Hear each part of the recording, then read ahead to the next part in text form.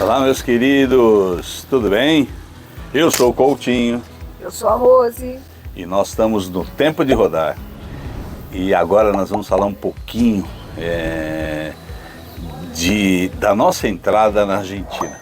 Sempre gera uma certa apreensão, né? Porque quando você tem uma aduana, você nunca sabe por que vai passar. Primeiro nós estávamos na dúvida se teria que fazer o PCR ou não.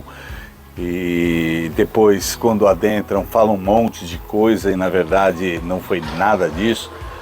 A aduana eles foram extremamente gentis, nós tínhamos toda a documentação em dia, tudo certinho, então nós não tivemos problema nenhum na aduana. É muito simples, muito rápido a passagem. E a partir daí entramos na cidade que a gente chama de Puerto Iguaçu. E lá foi bem interessante, entramos na cidade e aí resolvemos ir direto para conhecer a cascata do lado argentino. E aí eu vou deixar para a Rose falar um pouquinho da cascata argentina. Então, do lado argentino, né? Acontece o seguinte, entrando, a estrada que nos leva até aonde está as cataratas, ela é muito linda, muito linda. Nós encontramos muitas borboletas pelo caminho, então foi assim bem agradável aquele caminho que nós percorremos até chegar ao local aonde se encontra as cataratas. Chegando lá nas cataratas, comprando as entradas, tudo, percebemos que é muito diferente o percurso, da forma que é colocado, né, a estrutura que tem lá do lado argentino. É verdade, Rose. O lado argentino, né, quando a gente adentra, é muito diferente. O caminho, a pé, ir até as cataratas do lado brasileiro, você vai de ônibus, do lado de lá vai de trem. Então do lado argentino é trem, é muito mais bucólico, né? E do que o lado brasileiro. Que o lado brasileiro você pega um ônibus, senta no ônibus e vai até lá de ônibus. Então existe uma diferença, né, marcante de um lado para o outro lado. E quando você chega na cascata, diferente do Brasil, você começa a andar em cima do rio. E umas pontes, e você caminha, tudo sobre o rio. E você não sabe o que vai acontecer. Então é surpreendente, você caminha, e cadê cascata? E nada de cascata. Acho que quase dá uns 2 quilômetros caminhando por pontes metálicas, né? Essas pontes para pedestre em cima do rio. E de repente aparece a garganta do diabo. Maravilhoso, porque é inexplicável. Você chega por cima na cascata, mas existe um buraco por onde entra toda a água. Parece que ali está entrando toda a água do rio. Como se fosse um ralo gigante, com um barulho ensurdecedor. É muito bonito, é muito legal. Tanto é que tem uma coisa até interessante, você consegue ver a força da vida, as plantas vivendo naquele local, enfrentando toda aquela diversidade, né? Como tem sempre aquelas que são mais resistentes, que são mais guerreiras, aquelas que não se curvam diante dos desafios, os enfrentam. É um paralelo interessante. É interessante. Vimos coisas maravilhosas, né? Vimos umas borboletas que estavam pegando sal nos olhos de umas tartarugas, né? De uma tartaruga. É uma cena muito bonita e acho que é válido, né? De se verificar isso. Para mim, né, se fosse colocar, são visões distintas, o lado brasileiro do lado argentino, né? Porque se para nós foi uma surpresa as cataratas no Brasil, porque a gente pensava que chegaria num lugar e estaria vendo as cataratas, aí fizemos um percurso. Na Argentina foi muito mais surpresa, porque na verdade você chega por cima, né, e aí você não vê catarata, de repente você vê. Ela não tem um processo de visualização lenta, sendo vista aos poucos. Você chega e de repente é um espetáculo de uma vez só. Bem dramático, né? Tanto que eu falaria num jeito mais hispânico, eu acho eles mais intenso na maneira de falar. No Brasil nós falaríamos assim, né? É maravilhoso. E eles falam, é maravilhoso, né? É muito mais intenso, e é realmente muito mais intenso esse lado. Mas não deixa de ser bonito os dois lados, né? Diferente, né? Muito, né?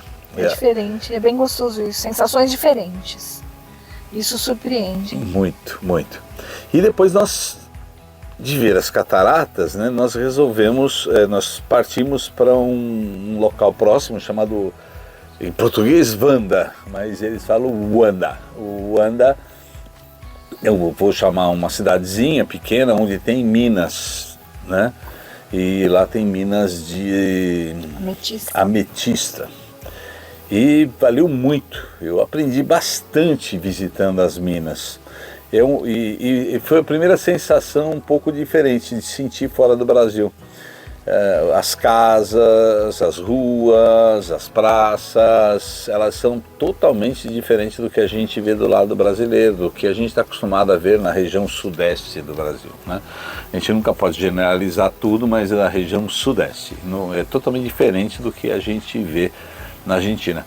Tanto que eu até brinquei que dá até para fazer os caçadores de relíquias, porque na verdade eu vi uns celeiros, umas coisas que eu não estou acostumado a ver na região sudeste. Vou voltar a insistir sempre como região sudeste, que é de onde nós somos, né? É onde a gente mais conhece do Brasil. E visitar as minas foi muito interessante. Eu acho que é um percurso de passagem bem legal, que é possível de se fazer, passar e conhecer. E a gente vai deixar aí. Nós fomos num camping muito legal, chama Panambi. Fomos muito bem tratado lá, ela tinha uma medialuna maravilhosa. Ela tinha uma panificação, né?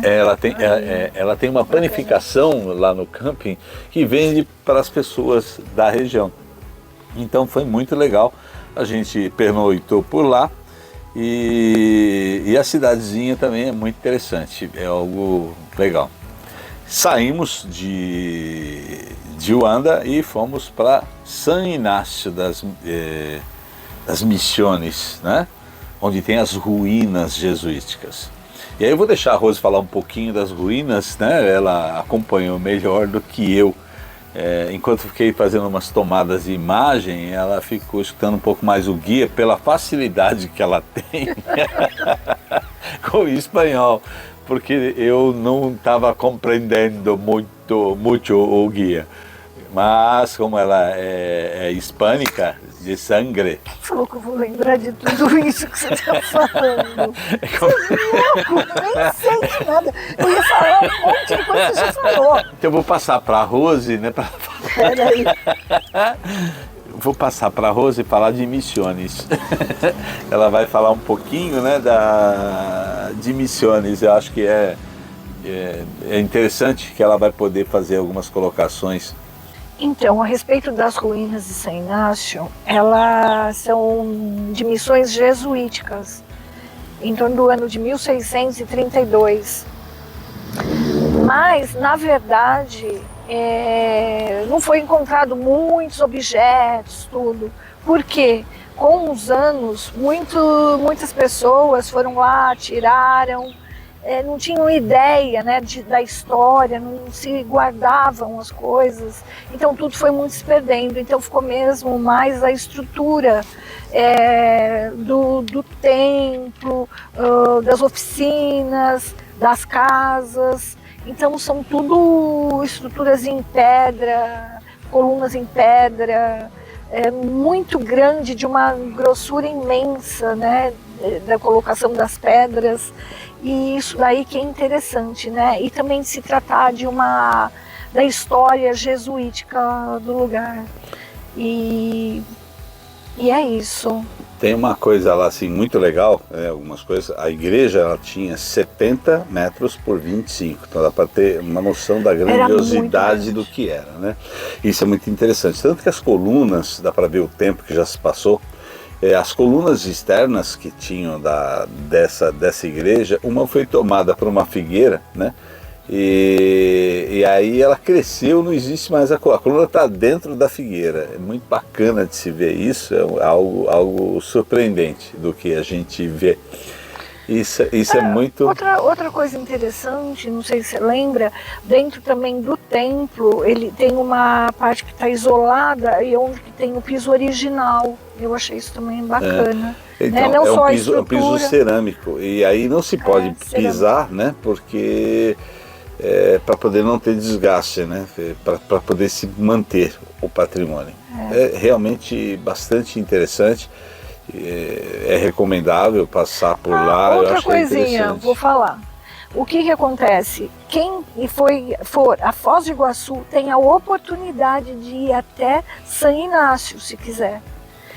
Precisa contratar excursões direcionadas a isso, porque atravessa a aduana argentina, vai até Vanga, vai até São Inácio e retorna. Então tem essa possibilidade de fazer esse passeio. Parece que é um passeio de um dia. É passeio de um dia. Legal. Eu achei bem legal e é uma dica. É uma boa dica.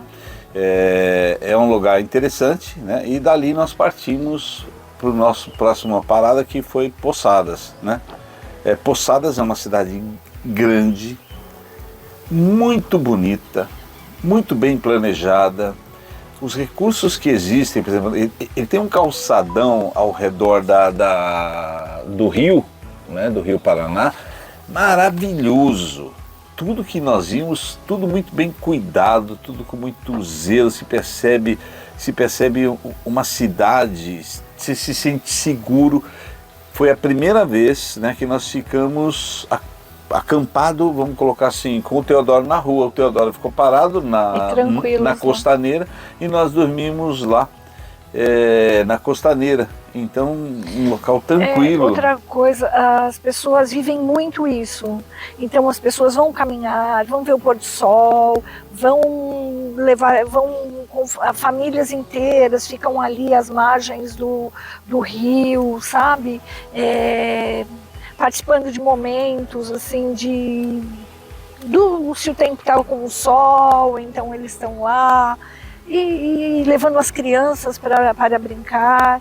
É muito legal, muito mesmo. Muito. É uma vida diferenciada às margens do Rio Paraná. Outra coisa bacana de se ver é o seguinte, agora falando de arquitetura, né? Vou colocar o aspecto da arquitetura. O urbanismo da cidade é muito bem trabalhado, né? Os pontos de ônibus, só para se ter uma ideia, né, da cidade, estou colocando aqueles pontos grandes de integração de ônibus. É uma cidade de uns 370 mil habitantes, portanto é menor que Mogi das Cruzes, para quem é de Mogi das Cruzes. Ele tem jardim vertical, eles têm água quente e água fria disponível para a população. Só uma curiosidade, né? Você falou, para que água quente? A água quente é porque eles ficam tomando chimarrão, né? Vamos falar assim. E aí eles têm água quente para poder abastecer. O mate, né? Para tomar o mate, o té, né? Para tomar, que eles tomam muito. Então tem nos pontos. Então, outra coisa que eu vi também é que tem ponto para você carregar celular. Então é algo que a gente não está acostumado. Eu não estou, tá? Eu não vou, eu vou colocar disponível para a população.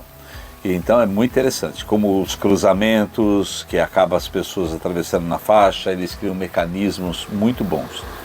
É uma cidade que tem uma vida que parece cidade praiana. Lembrou bastante para a gente Montevidéu, tá?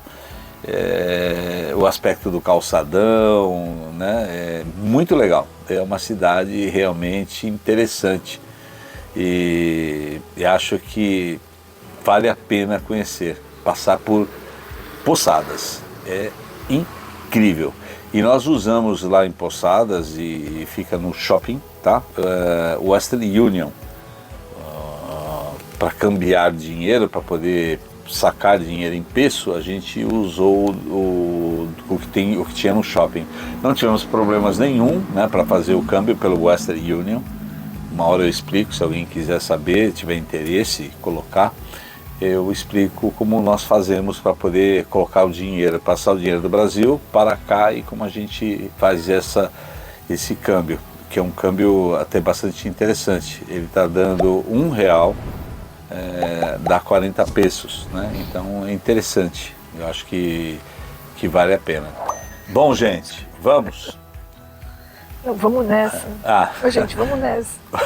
Aí eu falo. Bom, gente, vamos nessa. É tempo de rodar.